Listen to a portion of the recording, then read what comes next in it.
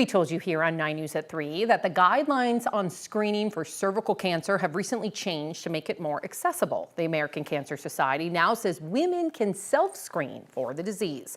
So here to explain is our 9 News health expert, Dr. Pyle Coley. Thanks for being here, Dr. Coley. Oh, thank you for having me. What a big advance for women to be able to do this at home. Yeah, important topic. So how does it work? How can we self-screen if we want to? Yep, so if you think about cervical cancer, ladies, it's a very unusual type of cancer because it's caused by a virus. So there's 40 different types of HPV or human papillomaviruses that can infect our cervix, and out of those 13 can cause cancer. They're responsible for nearly all types of cervical cancer. So there's two ways to screen for cervical cancer traditionally. One is that pap smear that we've all probably had that's very uncomfortable. They put a speculum in the vagina, take cells off the cervix.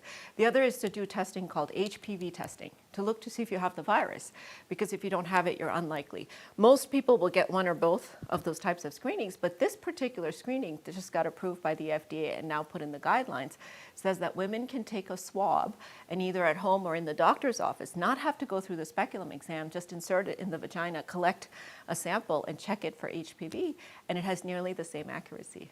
Really? Yeah. So who would you, if a patient came in, who would you recommend this to? And are there any limitations? Yes, there are, as with any test. So the accuracy compared to a hospital or a doctor collecting the specimen is about 96%.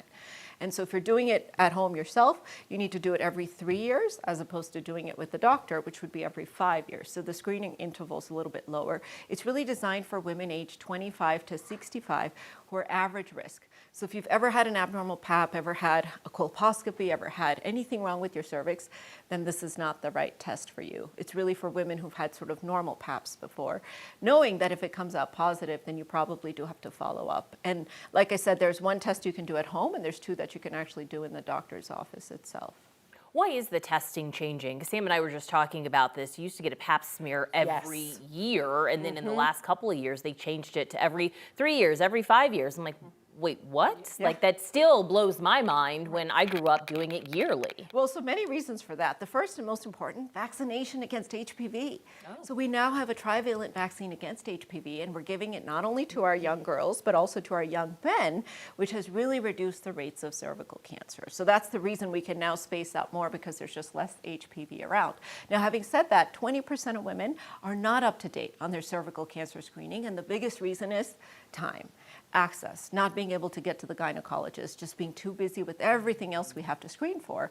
So this really brings it to kind of meet you where you are, and that was the big reason for this change, is to say, why not make it more accessible to people? The idea of testing for HPV rather than kind of a more barbaric older test of scraping the cervix is actually a better and more accurate way as well to look for cervical cancer. So all those put together is really telling us now that we need to change how we do things and have people do more things at home. I don't know, would you guys be more likely to do cervical cancer screening if you could do it from the comfort of your home? Yeah, and sure. avoid that speculum exam? Right. I love doing things at home. Like I did anytime I felt a little bit of a sniffle, I would do my COVID test. Oh my God, I had them stacked up. Like, let's go, one more COVID test, everybody. I just like to know. Yeah. But what would you say for people like starting to start screening cervical cancer and the age to stop? What's the start and stop age? Yep, so under 21, you don't need it, even if you are sexually active, just because you haven't had enough time for the HPV to kind of do its thing. Most women will start screening at 21. The American Cancer Society says 25, but the American College of Obstetrics and Gynecology and the Preventive Services Task Force say 21. So I say 21 just to be more conservative. And then they used to say you can stop at 65.